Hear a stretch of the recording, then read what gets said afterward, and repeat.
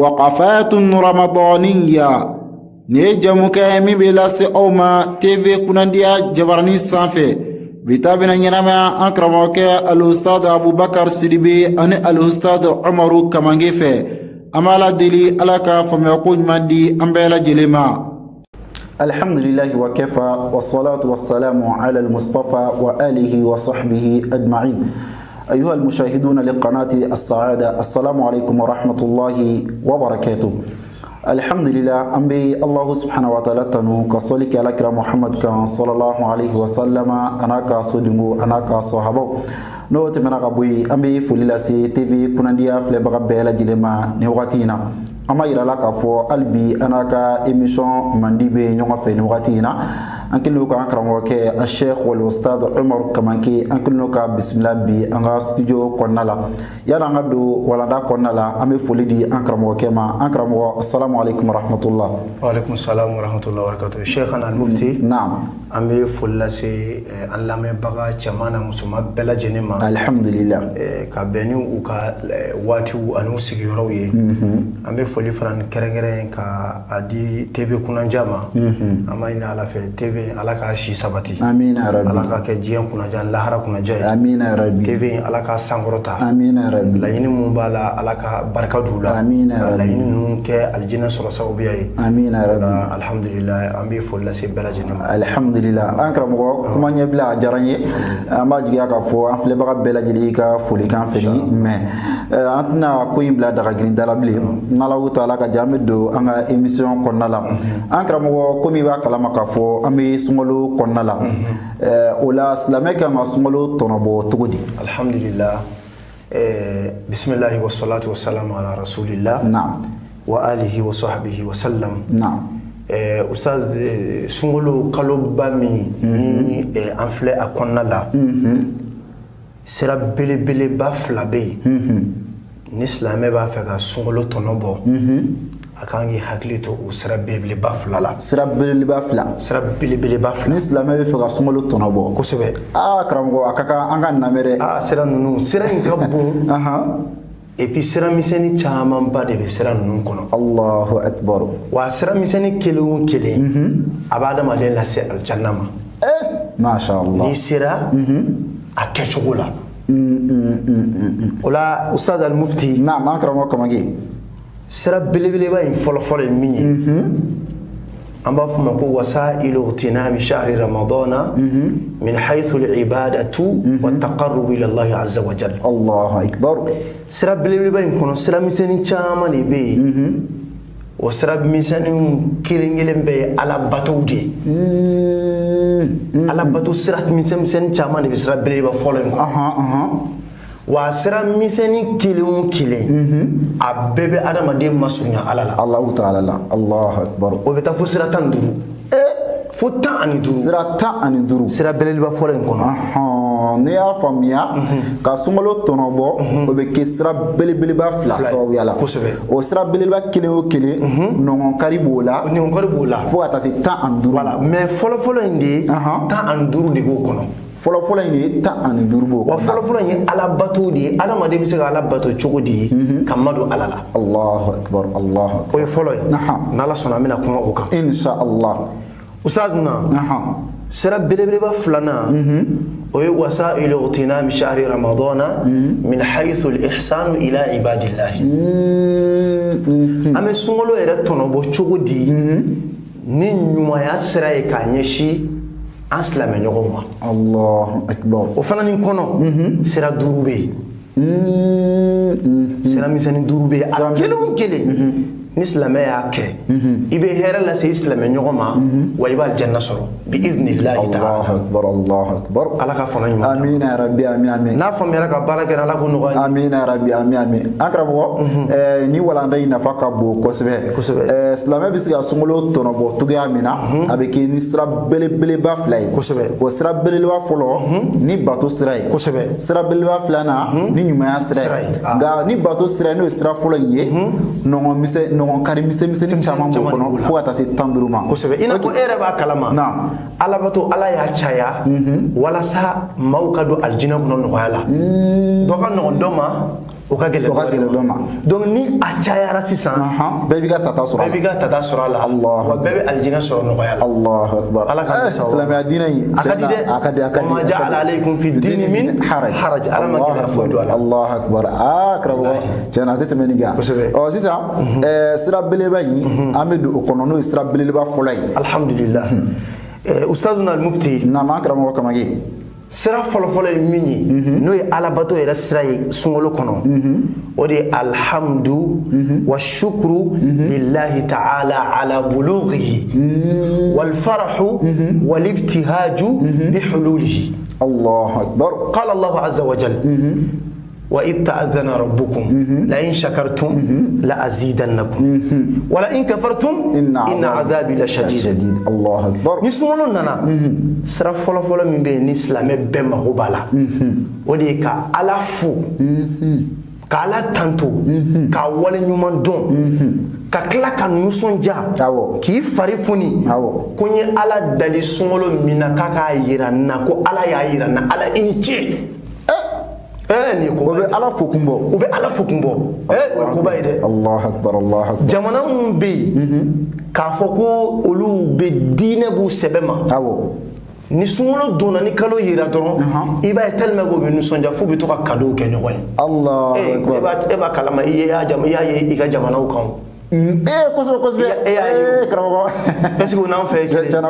Olu bɛ nisɔndiya. O tɛ kelen ye dɛ, jamanaw tɛ kelen ye dɛ. Cɛ ka jan. Jamanaw tɛ kelen ye. Wa shatana bayna sara wa suriya. Wallahi cɛw n'o. Donc mɔgɔ ka nisɔndiya k'ala tanto. Dɔnnibaga dɔw ko hali n'i bɛ se ka sujudu shukuri kɛ. N'o ye barikada sujudu ye. Kalo yira i y'a kibaruya sɔrɔ dɔrɔn ka sujudu kɛ ka ala fo k'a waleɲuman dɔn ka alhamdulilahi caman ba fɔ.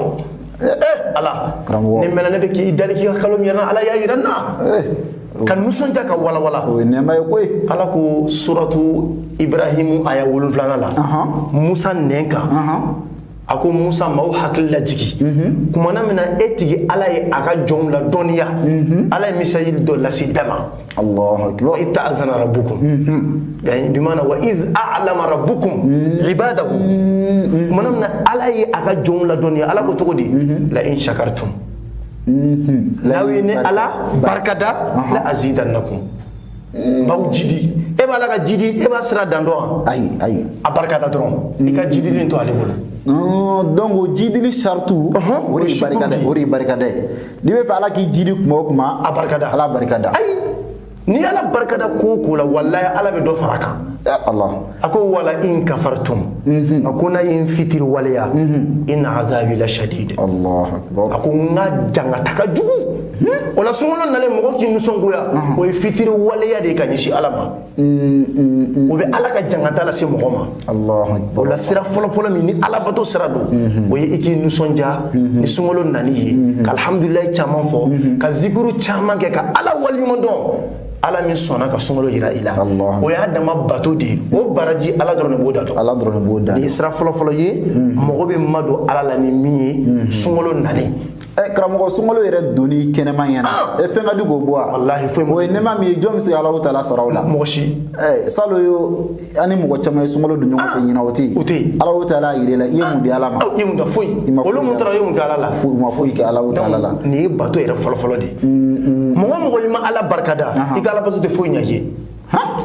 Ni ma ala barikada alabato tɛ foyi ɲɛ. A tɛ foyi ɲɛ parce que ala mana fɛn fɛn kɛ la i bɛ jɔ a la. Ala mana fɛn fɛn kɛ la e tɛ valeur dɔn a la. Alabato la ŋanaw ka jogoba ye ala barikada de ye. Allahu akbar. O la an ka hakili to nin na. Ala barikada de bɛ bato baraji dafa ka di mɔgɔ ma mais ala fitiri waleyali o bɛ na ni jangata ye. Donc nin y'a sira fɔlɔ. Donc ka sunkalo tɔnɔ bɔ o bɛ kɛ sira belebeleba fila ye a fɔlɔ k'a kɛ ni bato sira ye. Kosɛbɛ. Bato sira in an bɛ sira misɛnnin dɔ sɔrɔ o kɔnɔ o sira misɛnnin fɔlɔ de ye k'Alahu taala barikada Alahu taala min sunkalo kalo don i kɛnɛma. Kosɛbɛ. Nin ye fɛn an kan ka hakili to min na kosɛbɛ. Ala k'an bɛɛ sababa ma. Amina yarabi. A sira misɛnnin filanan. Usa sira misɛnnin filanan ye min ye Sheikhana. Naam. Azimatun qawiyya. ونية صادقة أن هذا آخر رمضان لي ولك في حياتنا. الله أكبر الله أكبر. أكرم نكرو. كان يكرر لنتا. كتير كان يكرر لنتا. إنما الأعمال بالنيات.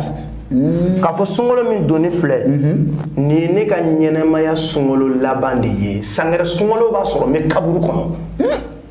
fo bɛɛ lajɛlen ka nin fo bɛɛ ka nin dusukun bila o dɔrɔn tɛ dɛ sunkalo min yɛrɛ filɛ n tɛna a laban ye mɔgɔ ka mun de bila hakili la don o don n'i ye don min ye i kan ka cɛsiri fɛn fɛn kɛ i b'o bɛɛ kɛ fala tu'ajjil amal al-yawm ila al-ghad Allahu akbar kana bi baara bila ka sini kɔnɔ dɛ idha asbahta fala tantazir al-masa wa idha amsayta fala tantazir as-sabah abana Allahu akbar silamɛ kan ka dani de ka wuli ka taa ni ka wuli de ye donc ni y'o ŋaniya ta kuma o kuma ŋaniya ta ko nin ne ka sunkalo laban ye o yɔrɔnin dɔrɔn subhanallah walhamdulillah wala ilaha illallah wallahu akbar i y'o ŋaniya ta dɔrɔn nin ne ka sunkalo laban ye n b'a fɛ ka ɲuman dɔ kɛ mɔgɔ la i teliya k'o kɛ k'o ŋaniya kɛrɛnkɛrɛnlen ta karisa ne ye nin kɛ ɲɔgɔn fɛ nin fatura nin fatura nin fatura salon ne tun t'a dɔn ko ɲinan b'a sɔrɔ k'a fɔ ko karisa taara kaburu kɔnɔ donc nin ne ka sunkalo laban de ye wa sangare ta n t'a ye o dama o b'a adamaden encourager i ka ala bato kɛ kosɛbɛ k'i ma don ala la o b'a to i bɛ sunkalo tɔnɔ o b'a to i bɛ sunkalo tɔnɔ bɔ Allahu akbar o b'a to i bɛ ba diɲɛ na o b'a to i nata bɛ surunya o b'a to i bɛ dɔ fara nafila seli ni zikiru ni ɲumanya saraw kan karamɔgɔ i b'a ye k'a fɔ tiɲɛ na ka nin bila i dusukun na ka dusukunnasiri kɛ ni nin ye a ma nɔgɔn n'i ma n'o tɛ a kan ka kɛ dɛ a kan ka kɛ dɛ ka d'a kan layiru tɛ mɔgɔ si ni ala cɛ ko sunkalo in bɛ ban i ɲɛna voilà a layiru tɛ bon n'i y'a ye anw bɛ farati ala ko la an t'an cɛsiri parce que sitana de bɛ nata di an nata ka jan k'i bɛna san 100 ye i bɛna san caman ye hali ni ɲinan ta ma ɲɛ i bolo k'i bɛ san wɛrɛ ta ye la ustaz wama tadri nafsun madha taksibu ghadan wama tadri nafsun bi ayi ardin tamut الموت ياتي بغتة الله اكبر ثابت لا سيغتالا ala ka yirana amina ala insana no ganye o koro ka tiengenya chema ko ota ngani yala ika ala bato bela ka fo ni ne ka sungolo labande ni bi nafla seli ni ne ka sungolo nafla labande ni bi sumudo ni ne ka sungolo sun labande ni bi saraka mbo ne tna sangarata ni ne ka nyinanta labande ni bi ko ke ko ngani yata o de ba to bato yi iba tono bo jona Allahu akbar o de ba to ite wati chen siga fo ite nara wallahi waqti fi al waqtu sayfun illa taqta'uhu yaqta'uk ala kan be sallallahu amina ya rabbi amin akramo alhamdulillah me fuli la si tv kunandiya file baga bela jilemani waqtina ama yira la ka fo albi ana akramo ke nyonga fa sheikh wal ustad umar kamange bi wala ndabe mi ka wori islamé bi siga sumolo tonobo to gadi kosobe ayira na ka fo islamé bi siga sumolo tonobo ni sira belebele ba fle nga sira belebele ba folo albi amu de detail ni waqtina ayi no kari kili kala ka flake amna se no kari sabana manu sira miseni sabana kosobe akramo asira miseni sabana ustaduna al mufti ala ka dinɛ fanga ɲuman da amina ya rabbi n'a faamuyara ka baara kɛ n'a ye ala k'o nɔgɔya amina ya rabbi amin sunkalo tɔnɔbɔli sira belebele sabanan a bɛ fɔ o ma ko tatbiqu sunnati sahur ala kɛra ka tagasira ba dɔ ye suuri dunni ye ka waleya i n'a fɔ ala kɛra y'a waleya cogo min na ni sahabaw sallallahu alaihi wasallam Allahu akbar nin ye fɛn ba ye dɛ karamɔgɔ an kɔni bolo an bɛ dumuni kɔni kɛ dɔrɔn ka taa fo ka kɛ ni ŋaniya de ye ala kira ko sallallahu alaihi wasallam ako tasahharu fa inna fi sahuri baraka Allahu akbar rawahu al-imam al-bukhari wa muslim ako ko ay suri dun silamɛw suri dun ko baraka bala ako baraka bala baraka bɛ suri dun na baraka bala dɛ et puis même min fi sunjalan don te cɛya ye dɛ k'a fɔ ne bɛ sunjalan don parce que dɔw bɛ waso n'o de ko bɛ sunjalan don k'olu bɛ sunjalan na o nalomaya de ye cɛya tɛ mɔgɔ tɛ se ka kɛ cɛ ye dugukolo kan ka tɛmɛ ala kira kan mais ala kira ko hadisa dɔ la a ko man arada an yasuma falyatasahhar bi shay'in Allahu akbar a ko ni maa o maa i b'a fɛ ka sun don k'i ka fɛn dɔ dun k'o kɛ suguri ye hali n'o kɛra fɛn dɔ hali n'a kɛra tamaro kelen de ye hali ni b'a cɛkisɛ fila ye dɛ hali ni mɔni bɔli ni ɲan kelen don hadisa yɛrɛ b'a fɔ imamu ahmad k'i ka suguri dun ala bɛ barika don a la ustaz abubakar maa min ye suguri dun ka sun don a fanga ani maa min ma suguri dun fanga tɛ kelen ye Allahu akbar a ka baraji ani maa min ma suguri dun ka baraji tɛ kelen ye faman ragiba an sunnati falaysa minni donc ala kɛra ko kan ka suguri dun ko barika b'a la ko hali n'a kɛra fɛn fitinin ye a kɛ wa o de bɛ sunkalo tɔnɔ bɔli adamaden dɛmɛ a la ka da kan n'i suri dun a bɛ n'i dɛmɛ kɔrɔnakala na a bɛ n'i dɛmɛ zikuru la a bɛ n'i dɛmɛ alako la donc sunkalo tɔnɔ bɔli sira belebele sabanan alabato sira fɛ o dɔ ye suri dunni ye. An karamɔgɔ nin yɔrɔ in na fɛnɛ dɔw bɛ yen nɔ olu bɛ suguru dun k'u da.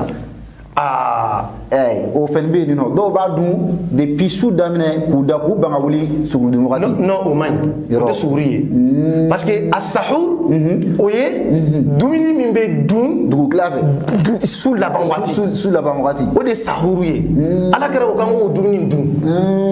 i bɛ ka kuma faamuya o kɔrɔ ne y'a dun depuis safo wagati su safo waati su 1 heure su 2 heures la i ma sunna sɔrɔ dɛ. Allahu akbar Allah i bɛ ka kuma faamuya donc fajiru sulusul akhir sulusul layl akhir su kilan sabanan laban i kuma faamuya kabini k'a daminɛ 4 heures waati ninnu na ka na donc o waati ninnu de ko don ala k'an bɛ sababa ma donc nin fana ye sunkalo tɔnɔ bɔli sira belebele dɔ ye a sabanan ye ala k'an bɛ sababa alhamdulillah nin fɛn nin faamuyara kosɛbɛ an bɛ foli lase TV kunnadiya filɛbaga bɛɛ lajɛlen ma ko sunkalo tɔnɔ bɔli a bɛ kɛ ni suguri dun fɛn ye kosɛbɛ ko ala kira ko nɛɛma ni kisi b'a ye ko suguri dunni ko barika b'a la ok an karamɔgɔ nin faamuyara fɛnɛ an bɛ taa sira naaninan na Ustaz Abubakar sira naaninan pour que ka sunkalo tɔnɔ bɔ an-nadaru fi amali salafi salih. Allahu akbar. Silamɛya diinɛ dɔnnibaga lakika mun tɛmɛna kabini ala kɛra n'a ka sahabaw la fo ka se tabi'u ma ka jigi ka na olu ye diinɛ kɛ cogo min na ni maa min y'o sira bila i bɛ taa ŋaɲa kɔnɔ de i bɛ taa ŋaɲa kɔnɔ de. Allahu akbar Allahu akbar. n'i ye fɛn kɛ diinɛ na min t'olu ta ye phobie de b'i bolo o la k'a lajɛ ala kɛra n'a ka sahabaw tun bɛ diinɛ kɛ cogo di o ye sunkalo tɔnɔ bɔ cogo di. fɛn caman bɛ anw fɛ yan Mali la yan mɔgɔ caman ka sunkalo dɔ ye amilatun nasiba nin bɛ mɔgɔ siran dɛ a ye baaraba kɛ a sigɛra fu وقدمنا إلى ما عملوا من عمل فجعلناه هباء منثورا caman ta bɛna kɛ fu de a ka bateauba kelen poussière bɛna fiɲɛ bɛna don a la k'a bɛɛ jɛnsɛn mais o bɛ kɛ cogo di voilà o sababuya ye jumɛn ye e yɛrɛ b'a ye sahabaw y'a kɛ cogo min na salafu y'a kɛ cogo min na maa caman bɛ Mali la o banaw sira la ka taa alabato dɔ jagoya k'o kɛrɛnkɛrɛn k'o don mɔgɔw tigɛ kɔnɔ ni sunna nafila ye min ye jɔ 30 don kulwalaw siyɛn 11 kalo jɔ o jɔ fatiha siyɛn 10 i b'a kɛ i tɛ nafa foyi sɔrɔ a la a dalu ye min daluya t'a la bon ni an ye lakikaw to yen kisɛ bɛ min na k'olu to yen ka taa an gulongulon ninnu na ka sunkalo bɛɛ kɛ nin cogo la walahi i bɛ sigi i tɛ nafa sɔrɔ a la karamɔgɔ nin dun bɛ caman kunna ko nin de kan ka kɛ dɛ et puis i b'a dɔn kabako ye min ye alladhi zada tina billah ni ko tɔ bɛ tiɲɛ maa caman bɛ yen don o don ni safo selila walima ni fajiri selila o bɛ micro de ta misiri dɔw la ka nafila kɛrɛnkɛrɛnnen dɔ di mɔgɔw ma Allahu akbar Allah ka zikuru kɛrɛnkɛrɛnnen dɔ di mɔgɔw ma ala kɛra yɛrɛ ye min bila ni sahabaw ye min bila sallallahu alaihi wasallam u ye maaw bɔ o sira kan pewu ka taa maaw bila sira misɛnmisɛnninw kan wala tattabi'u subula fatafarraqa bikum an sabili donc n'an b'a fɛ ka madon ala la ka sunkalo tɔnɔ bɔ sahabaw y'a kɛ cogo di diinɛ jɛturaw y'a kɛ cogo di walahi n'an y'olu min ka sira minɛ k'ala kɛra ta minɛ o de ka ɲi e bɛ mɔgɔ dɔw ye n ko bɛ mɔgɔ la décourager k'an kana nafila seli e t'o ye wa an bɛ nafila min seli tarawihi dɛ i bɛna mɔgɔ dɔw sɔrɔ karamɔgɔ dɔw sɔrɔ o bɛ sigi k'a fɔ ko o tɛ bɛn Allahu akbar Allah mais olu ma diinɛ gafe kalan de k'a kalan wa mais du'atun ala abwabi jahannam u sigilen bɛ jahannama dɔrɔn u bɛ ka mɔgɔw yatakallamuna bi alsinatikum la hawla kuma ala kota ala kɛra kota donc an kana ala bato an kun fɛ dɛ sunkalo in na n'an b'a fɛ ka sunkalo tɔnɔ bɔ ala kɛra n'a ka sahabaw y'a kɛ cogo min na an k'an cɛsiri an ka ko kɛ o cogo la donc n'i y'a faamuya mɔgɔ tɛ se ka ala sɔrɔ abadan n'i ma tɛmɛ ala kira ka sira fɛ ani sahabaw ka sira fɛ ala ye dusukun ala kira ko sallallahu ko ala ye jɔn dusukun bɛɛ fara ɲɔgɔn kan k'a lajɛ tumana min na a b'a fɛ k'ale ala kira kɛ ciden ye a ye dusukun bɛɛ filɛ a y'a ye dusukun min bɛ se k'ale ka diinɛ waleya ka ɲa ka ala kira dɛmɛ ka kɔngɔ muɲu ka minɔgɔ muɲu o ye sahaba ninnu de ye ala de ye sahaba ninnu suganti ko ni ala kɛra tile bɛn ɲɔgɔn ma wa o ye diinɛ kɛ cogo min na n'i ye dɔ wɛrɛ kɛ min t'u ta ye fu de b'i bolo ala ye diinɛ dafa k'olu le to yen اليوم أكملت لكم دينكم وأتممت عليكم نعمتي ورضيت لكم الإسلام دينا. دون صحابة نياك تشومنا يجسر كاتي ibe kahoronya wa ibe sungolo tonobo ala kambe subhanahu amina rabbi amina yasranna ni ne shakra mo albi ame foliki kosbe ni walanda na fuma banu na amba jiya ka fo anflel bako bu ka fo mi chama soro ala inshallah albi sungolo be tonobo ni sira miseni duruna mi ame fe ko dan kulo kan wati alhamdulillah ala bato sira bele ba duruna mi be ni mo be se ka sungolo tonobo na ikado aljanna kono wa hifzul lisani wal basar kin la tanga sungolo la kin la tanga Allahu akbar kin na tanga kin la tanga o be genu mi wala ni sundono ta ka flen yor la o le claro sabadi sawmul awam ma do be mo suna tane fuitala ولو سؤال الله صلى الله عليه وسلم من لم يدع قول الزور أكوني مامي ما كما جوجو سير جوجو كما مانا كان يا كم قالوا كما ني مامو دبلا كيتو سونا ولا عمل به أني قالوا بارا جرو ني مامو دبلا والجهل أني كودم بالي وليو ني مامو دبلا فليس لله حاجة في أن يضع طعامه وشرابه ala mago foyi tala ki dumini toyi ki jimin dabla ala mago foyi tala kadaka olu suna ko mago suna tende nafa foyi tala ruba sa'imin laysa lahu min siyamihi illa al-ju'u wal 'atash Allahu akbar ko sunduna caman be aka sunna fakira doron mago suna aklila kungola aklila minogola o kera ale ka sarade o de la fo adamaden ka nyela tanga ala e fen haramu ya ki kana ulaje sungolo ta damne fa laba olu lajeli haramu de me sungolo ta kerengere nte jajugu flenye la fo ta minke la fo ka dobe connection de bravo ni yela Facebook ina mo jara Facebook nga jigi ki ma jajugu de amano konde o connection ki gera mo jara be bi de o koni nyabi jebali ne bon ni nyedu tera ka yebali ye sungolo baraji be pani wal ne fana ngamine ikatoka la yazalu lisanuka ratban li zikrillah ala ko fodron inyela tanga kana fen fle ala ma milla danga ki ka fle sungolo kono Allah inne kana kuma kan fo ala ma milla danga ki ka fo okoro ma korfo dabla kuma jugu fo dabla ma ngolomba ci dabla sungolo kono nin kera wallahi ibe sungolo tonobo o de la ngongo ni yorla sundono e claro sabay sawmul awam mo suna o ma chama be o mo foite ni yorla u date sun u nyate sun o kulo te sun aflana sawmul khawas ala ka makrengelen do ka sun olu be sun u nyebe sun u dabe sun tiana o te kuma jugu fo o te fe harmon fle u yere mine sungolo kono ko sebe o le a famia mais do be olu bo sanfe am bekanga ko de jalabatu khasul khawas Allahu akbar olu dusukunde be sun Ustaz Abubakar udus wallahi be sungolo takaba dusukunte keleku hali in minute ka be miri fengala mite alay Allah akbar ka fembe dusukun sunade parce que we farikolo maîtriser ka nyem maîtriser ka fambe maîtriser ka soro ka dusukun maîtriser kak ute ngani juguya ta ka masegere ute ma juguya ute bisiga juguke ute foike ulu dusukun suna ka damne sungol laban fo damne fa laban karambo diɲɛ laban in na o sɔrɔ man nɔgɔn dɛ mais n'ala sɔnna ma an k'an cɛsiri ala b'a d'an ma donc hifzul basar wal lisan nɛn latangani ani ɲɛ latangani ni maa o maa y'i cɛsiri o la sunkalo la i bɛ sunkalo tɔnɔ bɔ n'i y'a sera belebeleba an karamɔgɔ ni fila min yɛrɛ fɔlen filɛ hali waati gansan na yɔrɔ nin balilen don waati gansan na nin bɛɛ balilen kuma tɛ sunkalo ma wa Ustaz jurumu bɛ double sunkalo la i n'a fɔ baraji bɛ triple cogo min na donc ne y'a faamuya baraji bɛ caya sunkalo la kosɛbɛ o bɛ tugu a la ne ye jurumi kɛ jurumi fana a bɛ caya ten de Allahu akbar donc ni ninnu toli ɲininen don an fɛ waati tɔw la sunkalo t'a bolo fa b'a kan ala kan bɛ sɔn ni yɔrɔ in a ma nɔgɔn dɛ ni ye magarito ko yɛrɛ parce que n'i y'a ta k'a lajɛ hali yanni silamɛya kana jahiliya wagati la jahilu kafiru kun kɛlen don ka Alahu Taala ka lahɔrɔma kalo dɔw bonya u tɛ sɔn ka kojugu k'a kɔnɔna la kuma tɛ anw silamɛw fɛnɛ ka kaloba de ye sunkalo ni sunkalo donna il faut que an ka tanga dɔw taala la bon olu tɛ se ka ɲɛ fo Mali yɛrɛ la mɔgɔkɔrɔ fɔ tɛ kojugu ye ala sɔrɔ kelen min bɛ i b'a ɲini k'i bɛ bɔ a la u b'i tɔ sɔrɔ a kɔnɔ Mali la yan o ye mɔgɔkɔrɔ fɔ de ye mɔgɔkɔrɔ fɔ kɔni a ma kɛ kabaru yɛrɛ ye bilen bon sunkalo na an ka kɛ ala kosɔn an ka dɔ bɔ a la han n'an tɛ se k'a dabila mɔgɔkɔrɔbaw ni o kɛra o légalisera de bɛɛ y'o daga ani haramu filɛ cɛjugu filɛ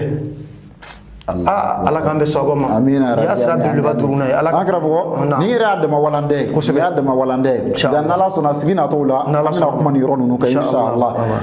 alhamdulillah an bɛ foli lase TV kunnadiya filɛbaga bɛɛ lajɛlen ma nin wagati in na an b'a yira la k'a fɔ an n'an karamɔgɔkɛ bɛ ɲɔgɔn fɛ Sheikh Ustad Umaru Kamanke an karamɔgɔ wagati bɛ ka sɛnsɛn inshallah komi sigi tɔw bɛ yen kosɛbɛ n'Alahu Taala ka diya an bɛ tila ka sigi wɛrɛw boloda tuguni n'Ala sɔnna ma an bɛ tila ka sigi wɛrɛw boloda tuguni nin kɔfɛ ni kuma laban min bɛ yen nɔ ani folikan min bɛ yen nɔ i bɛ se k'o kɛ jama la inshallah an bɛ ala dali an ye sira 5 min fɔ sisan sira 5 min ni alabato sira gɛrɛgɛrɛw don n'a b'an ma don ala la sunkalo kɔnɔ ka sunkalo tɔnɔ bɔ an b'a ɲini ala fɛ ala k'an dɛmɛ an ka se ka nin sira ninnu waleya amina ya rabbi ala k'an se an yɛrɛ la amina ya rabbi ala k'an se an nin na ala k'an se an ɲɛ la ala k'an se an nɛn na an dusukun ala k'a kɛ an sago ye sunkalo kɔnɔ ala k'a kɛ ala sago ye sunkalo amina ya rabbi amin an b'aw yɛrɛ fo ala k'an ɲɛmɛ ɲɔgɔn na ala ka sigi diya inshallah i Kamanke alhamdulillah an bɛ Alahu Taala tanu k'ala fo ka waleɲuman dɔn Alahu Taala min jamukan in daminɛ hɛrɛ la k'a kuncɛ hɛrɛ fɛnɛ na an b'a jigiya k'a fɔ an filɛlibagaw fɛnɛ ye faamuya caman sɔrɔ an karamɔgɔkɛ Sheikh Ustad Umaru Kamanke a ka walanda in na an b'a yira la k'a fɔ bi walanda kun bɛ min kɛ o de silamɛ bɛ se ka sunkalo tɔnɔbɔ cogo di karamɔgɔkɛ y'a yira k'a fɔ ko sunkalo bɛ tɔnɔbɔ ni fɛn belebeleba fila de ye fɛn belebeleba fɔlɔ o bɛ kɛ ni bato ye o bato in min filɛ nin ye o fɛn bɛ kɛ ni siramisɛnnin caman ye o bɛ taa se 15 ma siramisɛnnin 5nan sunkalo bɛ se ka tɔnɔbɔ ni sira min fo 5 a y'o de fɔ bi inshallah walan wɛrɛ an b'a daminɛ a sira 6nan la n'Alahu Taala ka jɛ an b'a ala deli ala k'an si o waati in fɛnɛ ma kɔnɔ an b'a fɔ nin yɔrɔ la wa akhiru da'wana anil hamdulillahi rabbil alamin jazakumullahu khairan amin wa iyyakum inshallah Kamanke barakallahu fikum alhamdulillah